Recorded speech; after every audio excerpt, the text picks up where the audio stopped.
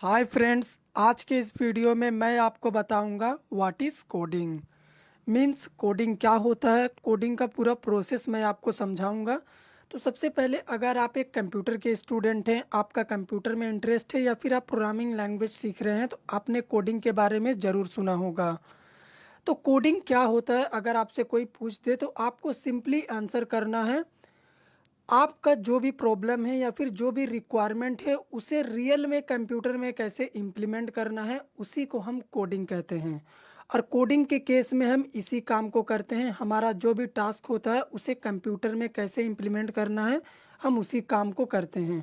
तो अगर एग्जांपल के लिए मैं कंप्यूटर को यहाँ पे एक कमांड दूँ कि भाई मेरा नेम प्रिंट कर दो, तो कंप्यूटर मेरे इस कमांड को नहीं सुनेगा। क्यों? क्योंकि अभी जो मैंने कंप्यूटर को कहा वो मैंने उसे अपनी लैंग्वेज में कहा, यानी हाई लेवल लैंग्वेज में मैंने उससे कहा। और कंप्यूटर को केवल बाइनरी लैंग्वेज समझ में आती है, यानी 0 और 1 की लैंग्वेज। इसके अलावा कंप्यूटर कोई और लैंग्वेज नहीं समझता है। तो उस केस में क्या होगा, यहाँ पे प्रॉब्लम हो गया। मुझे अपना नेम प्रिंट कराना है, मैंने कमांड दिया और मुझे बाइनरी लैंग्वेज नहीं आता और कंप्यूटर को हमारी लैंग्वेज नहीं आती। तो उस प्रॉब्लम के सॉल्यूशन के लिए लोगों ने क्या किया, लोगों ने कुछ प्रोग्रामिंग लैंग्वेज डेवलप करा, जैसे C++, PHP, CSS, HTML या फिर पाइथन।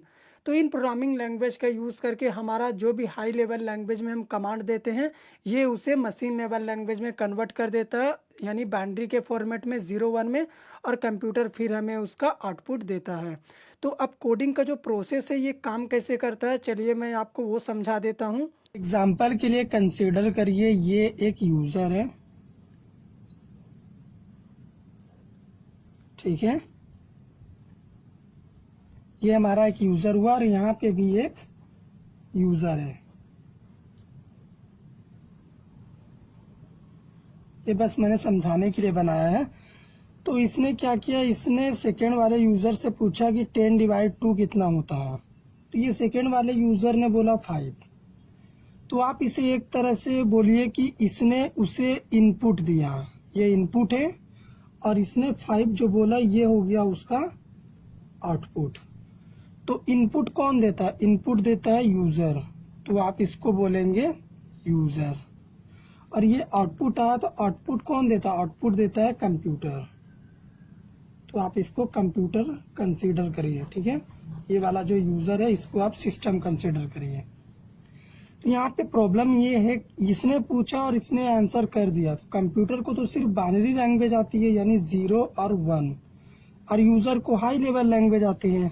तो फिर इसने आंसर करा कैसे, ये जब तक यूज़र था तो इस यूज़र ने इससे पूछा था 10/2 कितना। तो जब ये यूज़र था तो इसने फट से बोला 5। अगर मैं आपसे पूछूं 10/2 कितना तो आप बोल दोगे 5। लेकिन अगर आप ही के जगह मैं सिस्टम से पूछ लूं, तो ये अभी आप कंसिडर करिए ये सिस्टम है, तो सिस्टम मुझे ये आउटपुट नहीं देगा। क्यों? क्योंकि मैंने हाई लेवल में इसे कमांड दिया है और सिस्टम को क्या आता है, बाइनरी आता है।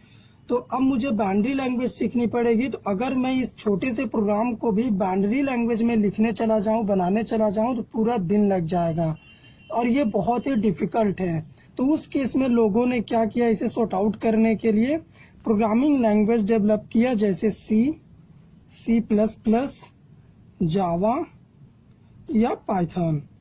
इन सभी प्रोग्रामिंग लैंग्वेज को डेवलप करा।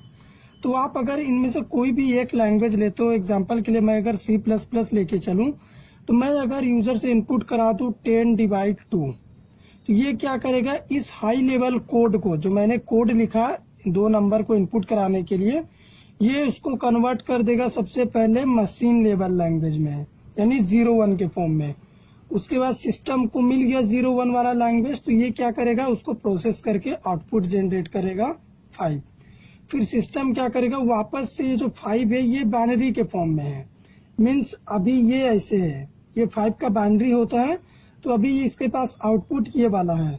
अब फिर से ये जब यूजर को रिजल्ट देगा, फिर से ये यूजर को इसी के फॉर्म में रिजल्ट देगा। तो इस बाइनरी का जो एक्चुअल डेसिमल नंबर होता है वो होता है 5। तो यूजर को ये क्या रिटर्न कर देगा, वापस से यहाँ पे आके इसको दे देगा कि भाई आपका रिजल्ट 5 हुआ है। तो इसी प्रोसेस पे कोडिंग काम करता है।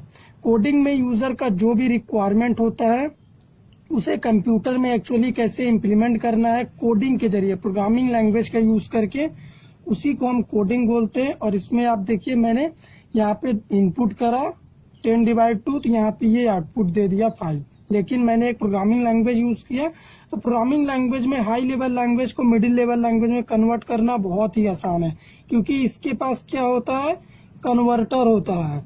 एक लैंग्वेज के पास कन्वर्टर होता है जिसे हम कंपाइलर या फिर इंटरप्रेटर बोलते हैं।